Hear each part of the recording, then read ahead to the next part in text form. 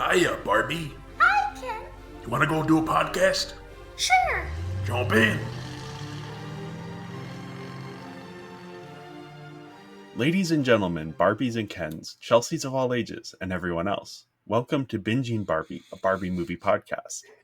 I'm your host, Jay, and with me I have my co-host, a groundbreaking brunette bombshell, John. Oh, you know it, girl. This week we are kind of changing pace a little bit. We are talking about the documentary The Toys That Made Us, Season 1, Episode 2, Barbie.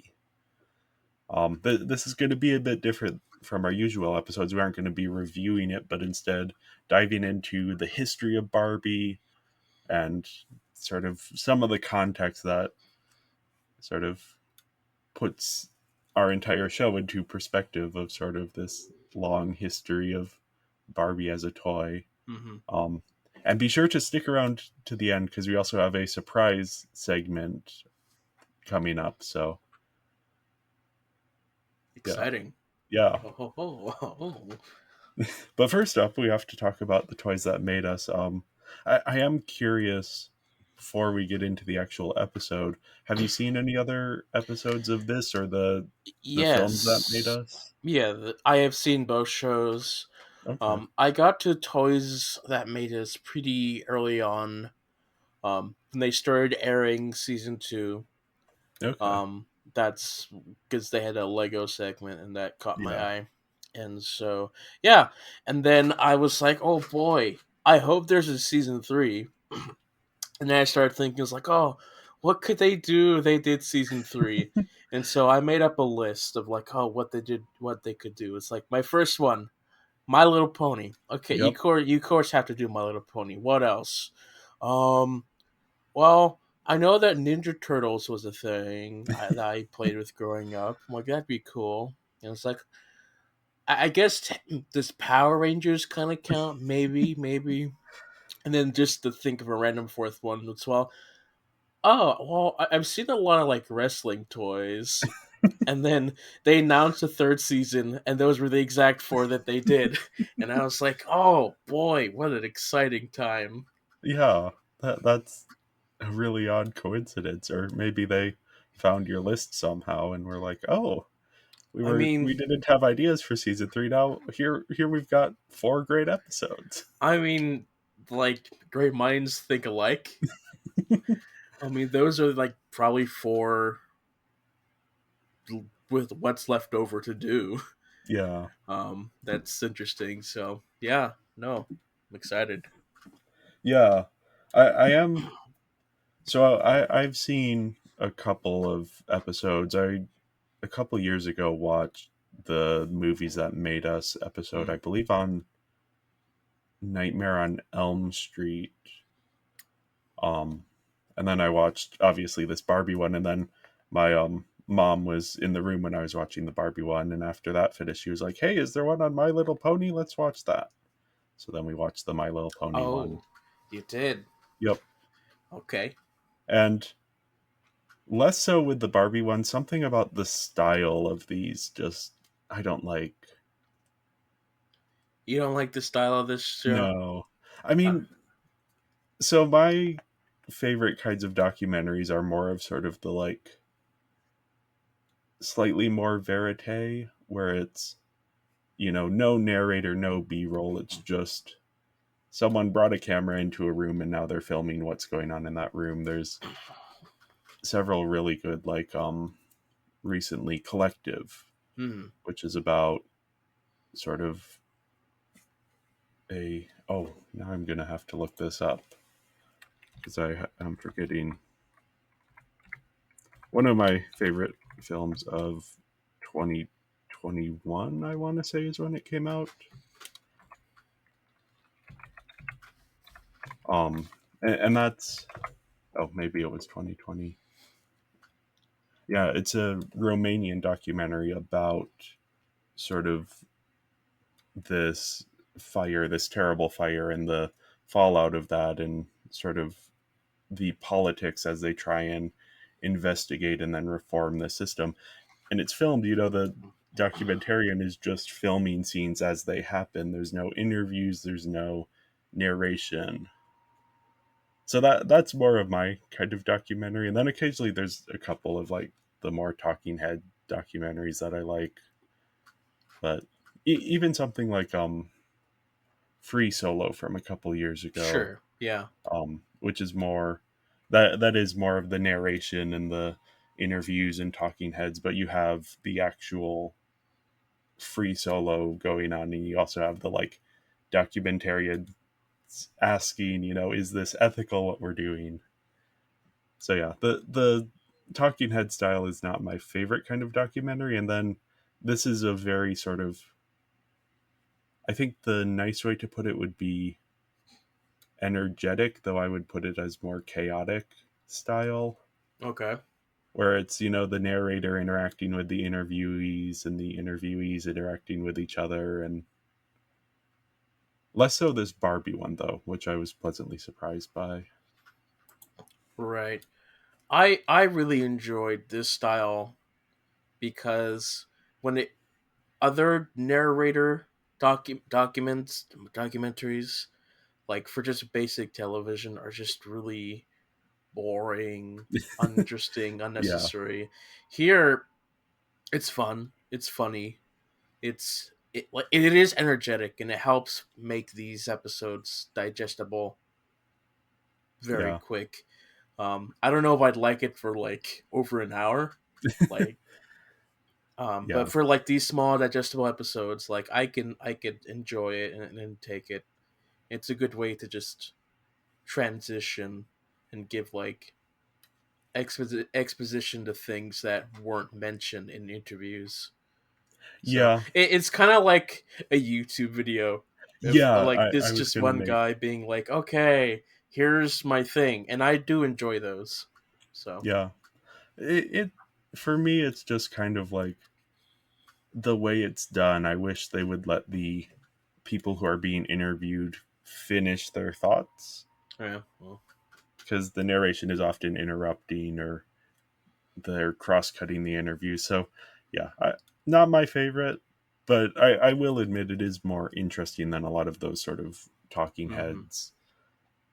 Here's a bunch of random professors talking about World War II. Right, yeah. It's more sort of, yeah, involved than that. But yeah, this Barbie episode I think I enjoyed a lot more than the other two episodes that I have seen, just because it's a little less heavy on that kind of stuff. Well, it is again earlier Yeah, season, so they were probably still finding some of their footing. yeah. But yeah, it starts with obviously the creation of Barbie. We have Ruth Handler having this idea to create a fashion doll, and then finding Build Lily, who was a German doll, and being inspired, bringing some back, and Hmm. having the creators at Mattel sort of develop this doll. And then I found it interesting that initially they were having trouble selling it to anyone. Like, young girls liked it, but no one else seemed to get it, including Yeah. like the moms who were worried about sort of the somewhat risque nature of the doll. Hmm. Yeah. I mean, again, at the time period, it was mostly guys that were in charge of the toy industry. That were in Yeah, charge of like green lighting toys. Like to mention, they went to Toy Fair expecting, um, like, oh, okay, yeah, that's where to go. But again, like it was all guys. It was all guys, and they're yeah, like, "What do we do? Like, what's this? It's just a doll. It's a girl. Okay." Um, I think there's another story because I don't think they mentioned this story, but I could be thinking of a different product. But like, it wasn't until they had like the little girls playing with the toys that they're like, "Oh, okay, now it yeah. makes sense." Um, Yeah, and but then that's like the story of so many toys in general. Of just yeah, like it was not until they saw kids playing with it that like they got it. So and even beyond that, there was, because they were again having trouble selling it to parents, Oh yeah. um, until there was this mom who came around to liking the doll after her daughter was talking about how, I think the word that was used was refined the doll was, um, and this idea of Barbie sort of as this aspirational figure, and even the first commercial for Barbie having Barbie in a wedding dress as sort of, Hmm. this is what we're telling the moms, get your daughter this doll and it'll encourage her to learn grooming and refinement so she can find a husband. Sure. Yeah. So Then. even at the start she's being very influenced by sort of these gender expectations of the time. Hmm. And yeah, that is kind of one of the interesting things that this documentary illuminated for me, because I think there's a narrative, and I would guess it's probably a Mattel pushed narrative, that Barbie is this sort of feminist icon who has pushed the feminist movement beyond what it could have been without Barbie. Hmm. But what the documentary is kind of illustrating is that, well, kind of, but actually it's more, Barbie is a reflection of the changes in society around the time. Right. One of the things that I think the documentary doesn't allude to as much is the negative impact of Barbie from Yeah, the different time periods. Um, of like, especially like going into the '60s, with the suffrage movement. Like they were really against Barbie at the time because like, this is like what this is like, bad for girls. It's giving us a bad image. yeah, Um, but then they change it to try to match the time period. So it's yeah, it's interesting to like see the toy line change with the times to stay on top. yeah. And even the like oft repeated thing of like, oh, Barbie was this groundbreaking career woman, but when you look at the actual history of it, she was a nurse while Ken was the doctor. That was the, in sort of that original lineup of the career women Barbie. Uh huh. She wasn't, besides the astronaut, she was doing sort of these jobs that women at the time were doing, Mm-hmm.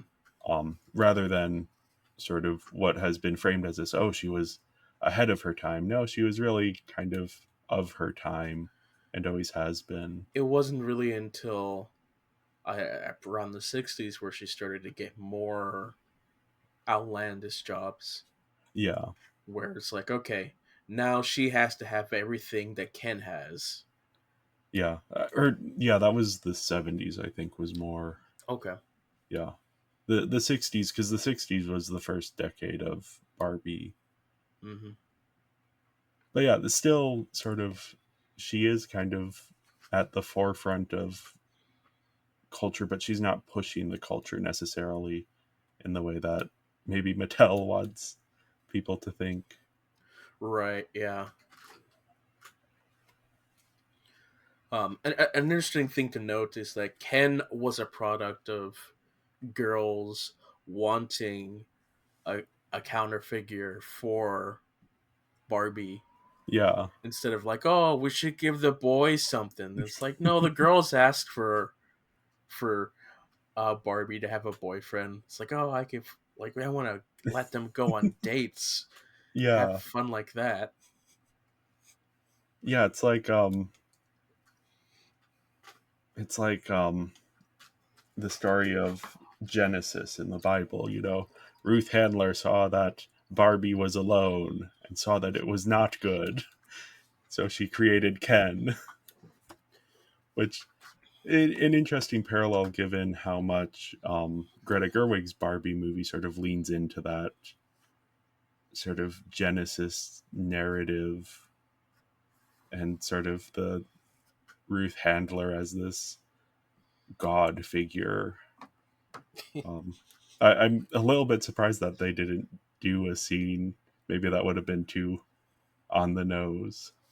Do a the creation of Ken in the style of the creation of Eve, according to Genesis. And like both Barbie and Ken are named after Ruth's children, Yes, which makes it which a little bit awkward that they're a yeah, couple. yes, the toy line is a couple. So, um, I mean, I guess it's easy to do. It's like, oh, Yeah, I need a name. Oh, hey Ken, I guess I'll use you. yeah,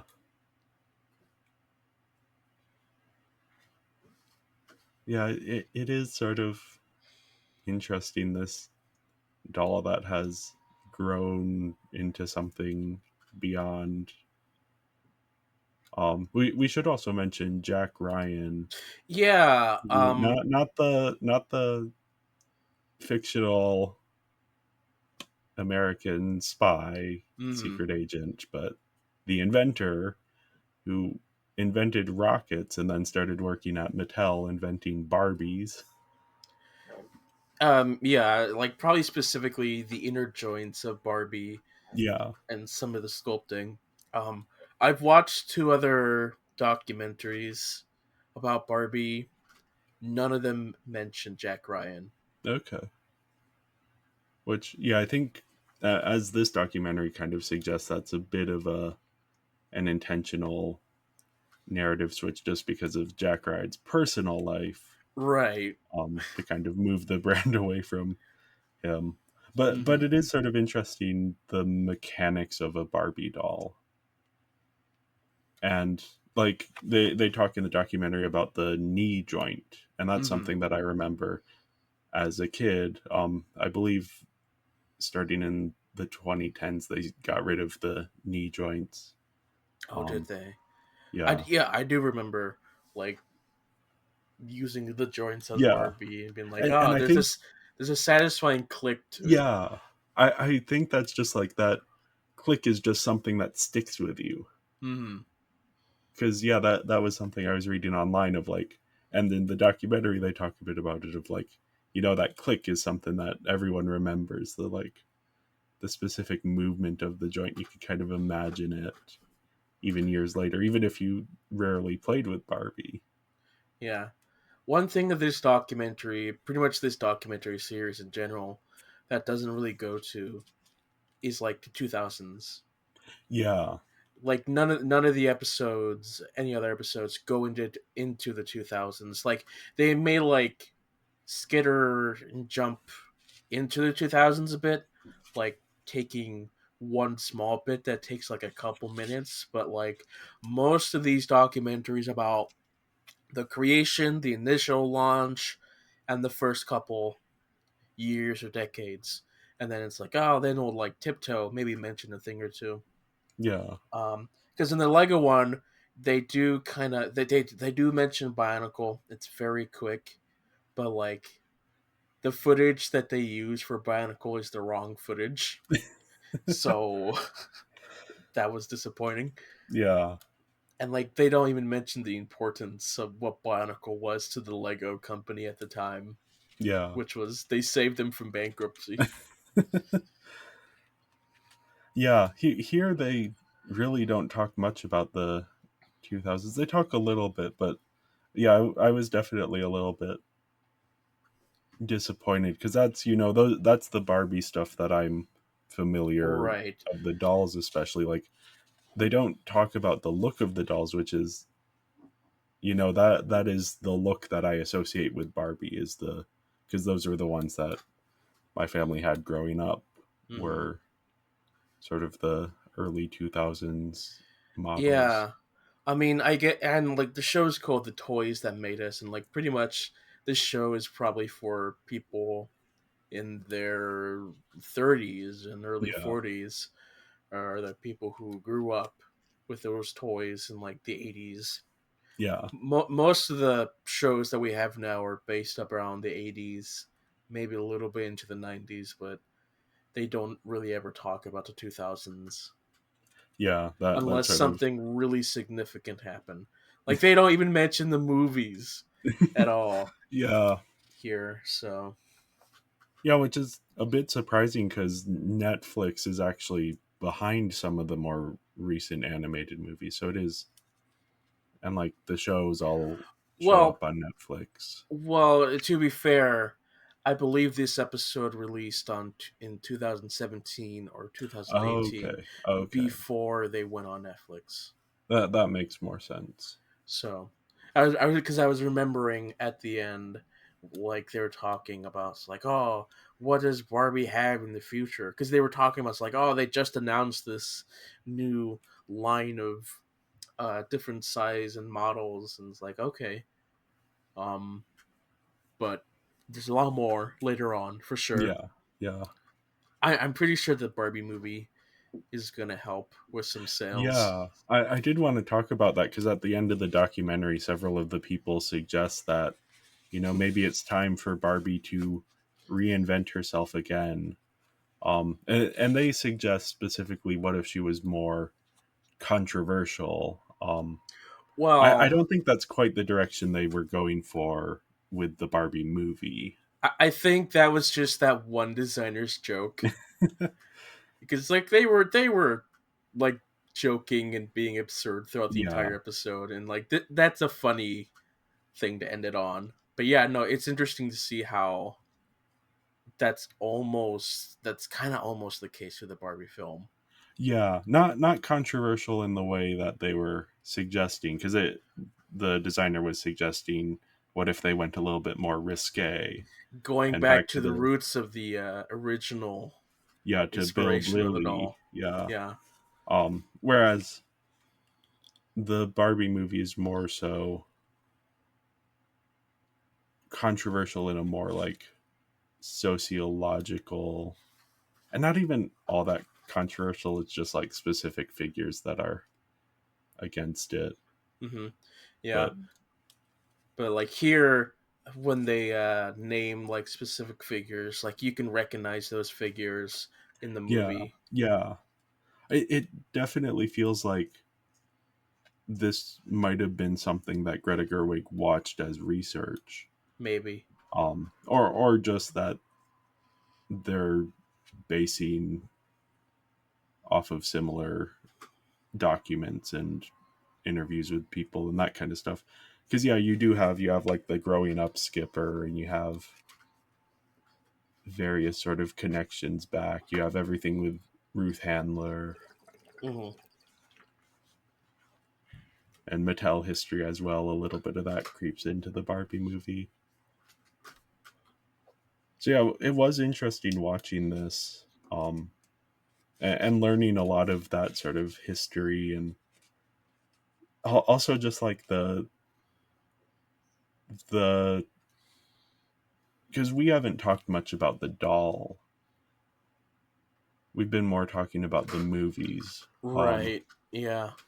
So like the fact that the Barbies are supposed to be a bit like razors, where for a razor, the actual device is pretty cheap. It's the blades that are more expensive, and that's where they make the money.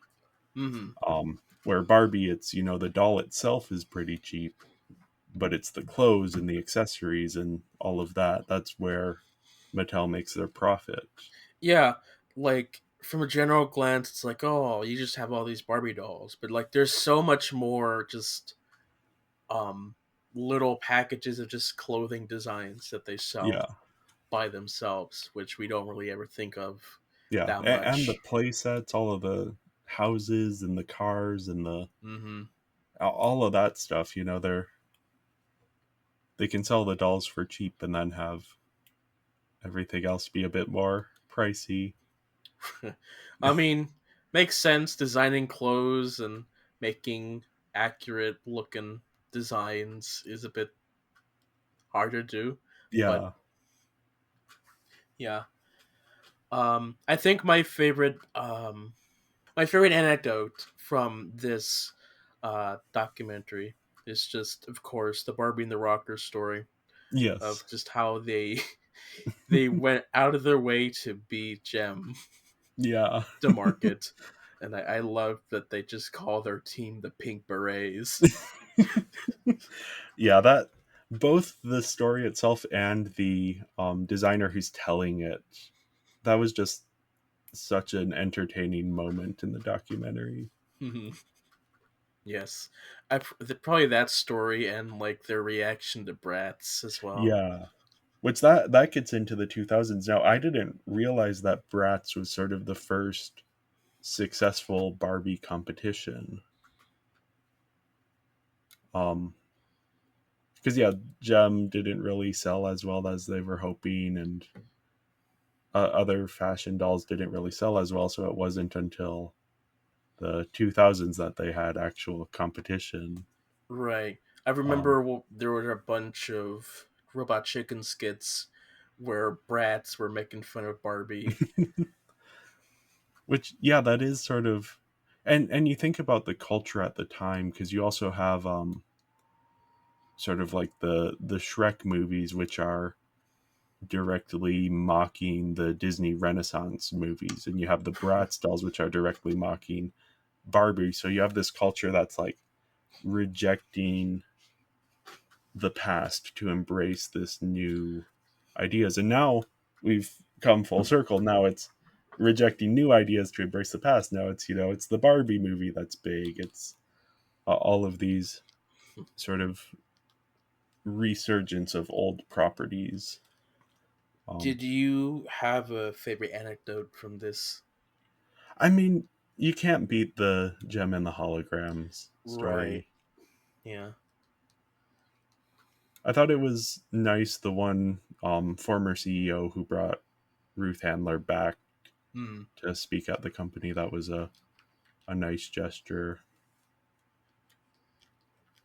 I did write down a quote, sort of the because Barbie is a very specific figure, and even though she's a toy, so you can imagine whatever you want for her, but within that she has a very specific story.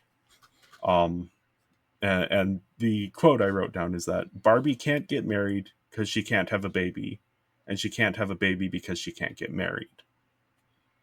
Sort of this Barbie is in this very specific sort of late teens, early adulthood. That is where Barbie resides. Hmm.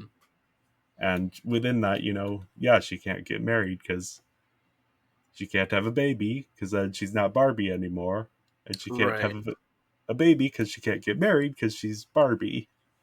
So Midge will have a baby instead. Yes, Midge both got married and had a baby. Hmm. Um, but yeah, Barbie as sort of this. There's something. Um, so Mariel, who was on our first reaction to the Barbie movie episode, brought up this idea of the almost vampiric nature of Barbie. Um, which here I'm more thinking of she's kind of like stuck in the same place of her life Mm. eternally. She's always this late teen, early adult, just forever young. And that is an idea even that the Barbie movie is kind of dealing with, of you have the main Barbie, spoilers for the Barbie movie, you have her sort of realizing that her existence as Barbie is not, she's stuck and Hmm. she feels stuck. Um, and in experiencing the real world, she realizes, oh, I want to be able to grow old and to change in a way that, Barbie can't, but a real person can. Sort of that embracing of humanity, which is an interesting concept. I don't think the movie dives into it as much as it maybe could have, but it's a movie with a lot on its mind, so that Mm. kind of makes sense.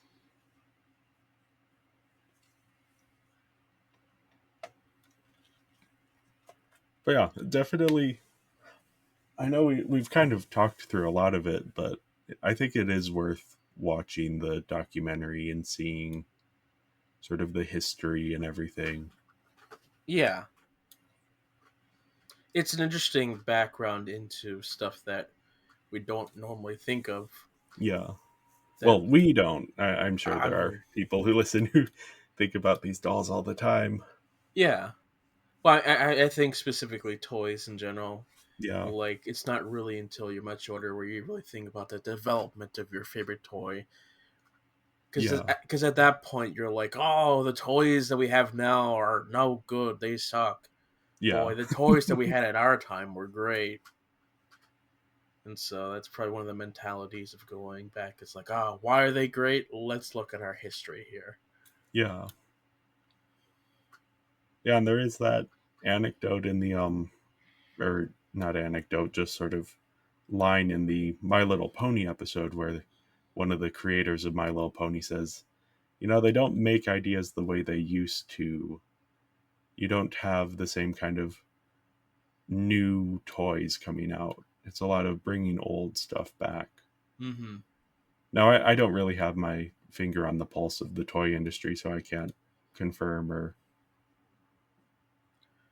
counter or argue that point. But I do think it is sort of definitely in the culture at large, in the media especially, Mm-hmm. sort Yeah. of turning to old things. Yeah, just in general, we want specific franchises and Yeah, IPs. We're taking less risks with something new yeah, because we don't want to fail. yeah. Don't want to.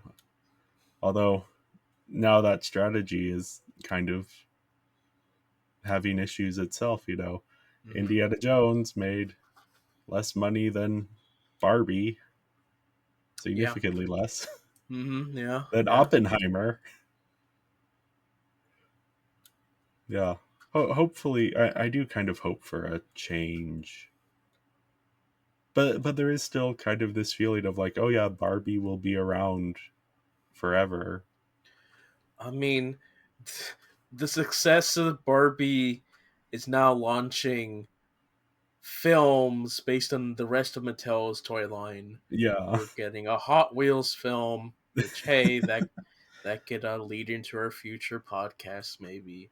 yeah, Um, Monopoly, um, random other stuff. yeah, Why? Because Barbie was successful, yeah. It is. I wonder if any of that is going to go anywhere. right? Because I definitely the studio's gonna want to make Barbie sequels. Yeah, I know Greta. I think from something she said that she doesn't really want to. yeah.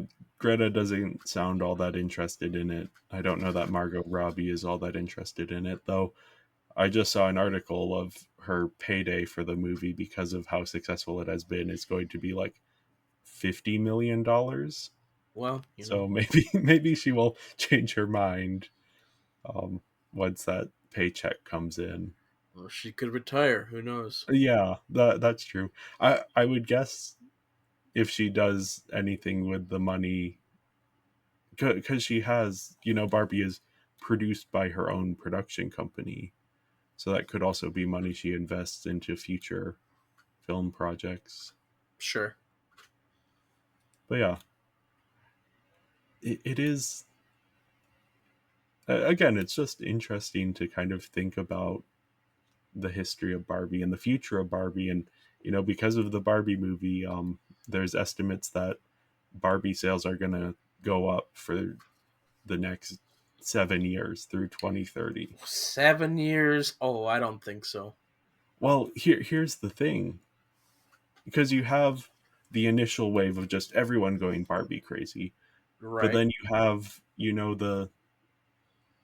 the lagging behind, the sort of the aftershocks of it.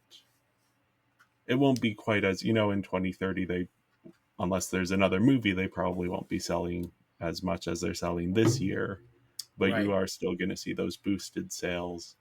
And it also, it reframes what Barbie means in the culture. Barbie is now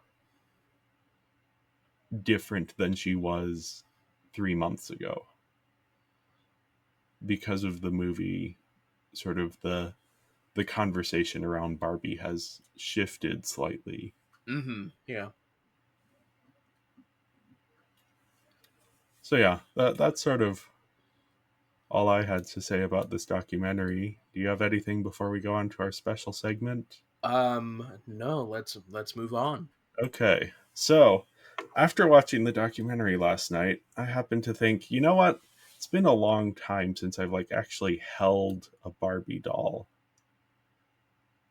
And no, I actually, as a sort of thing for our podcast, I got both John and I Barbie dolls, but don't want to take that one out of the box because it's a little sentimental. So went to the store yesterday after watching the documentary. Got a Okay. couple of Barbie dolls here, Oh, yeah. Barbie and a Ken, and then I have a different Barbie. Now I've already opened some of the packaging because it took forever. I had to use scissors and tweezers to get these two out. It's ridiculous. But I do have the one that I think is going to be easier to open. I left in the box so I can open it live. Okay. But yeah, I got a variety. So I have two from the fashionista line. One that looks a little bit more recent. At least the packaging is the more recent kind. This is number 205 Barbie doll. This is the taller body model since they have Okay. four different Barbie body types. Then I got a Ken from the Fashionista line. This is number 204. He's the broad kind of Ken. There's three different kinds of Ken as Hmm. opposed to the four different kinds of Barbie. And then I got just a standard Barbie doll. This one is a black Barbie doll. Um, I believe it's just the original body because this isn't one of the fashionista lines. So yeah, let me open this one up. This is the just kind of regular. And yeah, the going to the store, these are pretty cheap. Um the store I went to happened to have them on sale. So, but even still not on sale. The regular kind was I think $6 and the fashionista kind were $9. Um so not all that expensive. I mean, you can get collector's Barbies that are a lot more. The movie tie-in Barbies are like $50 each. But yeah, gonna open this up. Some Some cardboard ASMR. packaging. That's a Yeah. little bit. You got all that packaging. It's So yeah, so I'll fun. post all of the pictures of these on the Instagram, just so that you can see if you want to. But here is Barbie here. Doesn't have the snap knees. It's just a plastic here. Um, Hair is tied down. Let me. Should have kept my scissors right near me. Where did I put those? Oh, there they are. I'm gonna try and cut the rubber band off the hair without cutting the hair. Good luck. There we go. So yeah, we have sort of the articulated joints for the arms and the legs. These aren't. There are special. I think they're called made to move Barbies. I was doing a little bit of research before this, which have articulated joints um, for all of the joints. So you Hmm. can move the knees and move the arms and everything. These are just the ones I got are the standard, slightly cheaper kind. This one looks like it might have been in the package a while. The hair is a little bit crazy. But yeah, we have the actual rooted hair here. Painted on swimsuit. That's not an outfit. I don't know if you can see. Of course. Yep. I think that's a more recent development that they have the painted on swimsuits for some of them. I don't really I know. mean, instead of just having the nude body figure, probably Yep, yep. a little bit more modest, I guess. I guess, Um, yeah. not that I don't know. I'm not too I concerned about. mean, I remember some G.I. Joes that I got, they had underwear, so. Yep. Um, yeah. No twist waist here either. This is sort of a standard Barbie doll. So yeah, don't really know what to say. I'm not a professional Barbie doll reviewer. Oh, she has flat feet. Oh. I don't know. I seem to remember the Barbies that my sisters had growing up had the arched feet. Hmm. Um, Yeah. and yeah, this definitely feels a bit different from what I remember the Barbies feeling like growing up. Again, you don't have the knee joint. I think the plastic is a little bit different. But yeah, there's Barbie doll number one.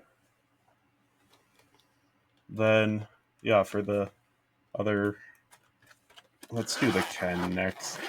This one comes in a nice vinyl case that's like reusable.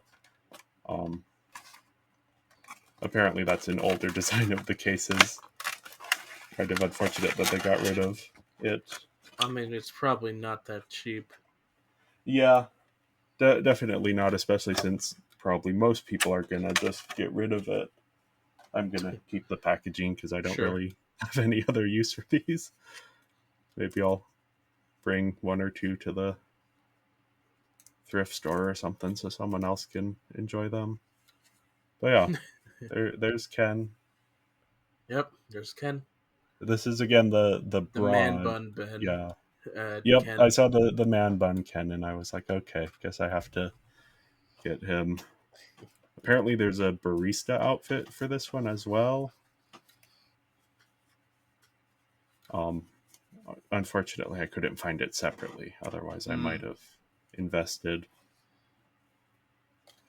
But yeah, you can see sort of if you know the normal Ken body, this is a, or I should say original Ken body. This is sort of different. Um, Wearing underwear. Don't know if you can see that. Sure. Skin colored underwear, but Uh huh. yeah, guess it saves money on paint if you're going to be selling it with the outfit. Yeah, both of the fashionista ones come with the outfits, which might be why they're a little bit more pricey, and also the different sort of body sizes, which is, I think, a very good development. And at the store, they had like a bunch of different kinds, even though it was just like a normal department store. They Hmm. still had quite a wide variety. Yeah, then we have, this was the one that took me the longest to get out, the fashionista Barbie. Slightly taller though, she's also wearing little platform shoes and has the as they were talking about in the documentary, the arm that's slightly bent so she can be more fashionable. Hmm. Um, yeah. So yeah, Barbie dolls. Barbie dolls. Yeah. Yeah, it's interesting. I haven't held Barbies in a while, like as actual dolls. So it is sort of like trying to think back, and I remember like the feel of the hair is very similar. The head movements.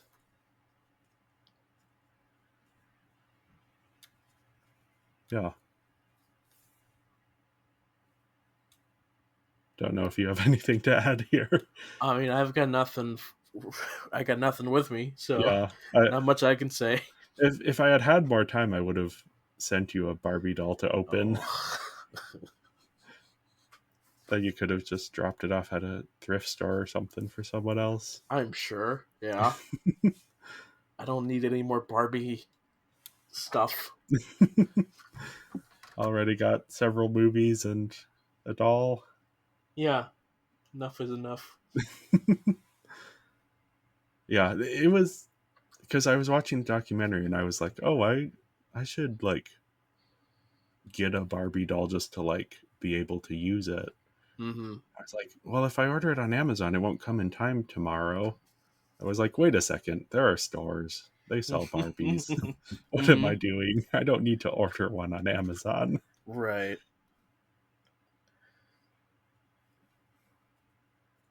Yeah. And I did get, I'm not going to unbox it right now. I did get a different Ken as well. This is one of the, I think they're called Slim. I don't remember all of the Ken body names. Okay. Um, which, yeah, I'm not going to pull that out right now. Slim 'Cause, Jim Ken. yeah. And you can see the difference between, like, they're still very much, they're slightly more realistic to human proportions, though not all that realistic to human proportions still. Mm-hmm. Um, but yeah, you can tell the difference between the different sizes of bodies a little bit. Yeah, I think that is one of the positive changes they've made to Barbie over the years is sort of diversifying.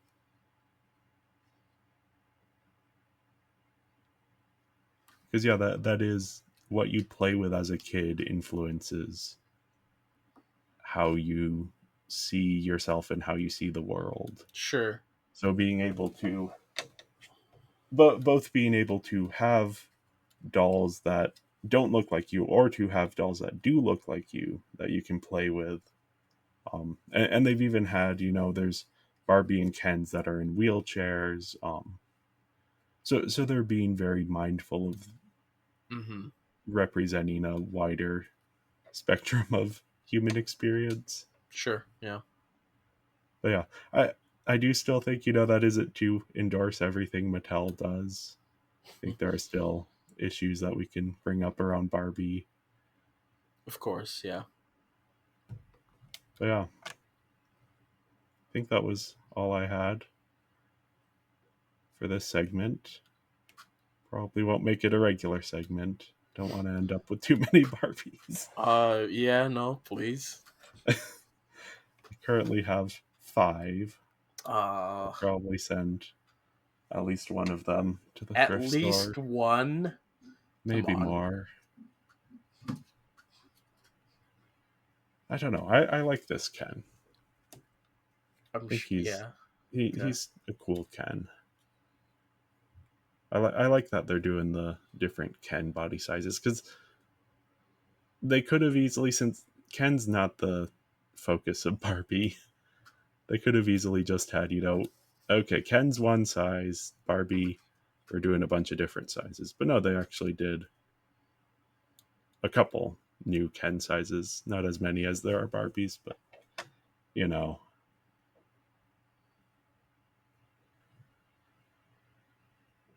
But yeah, anyway, thank you everyone for listening.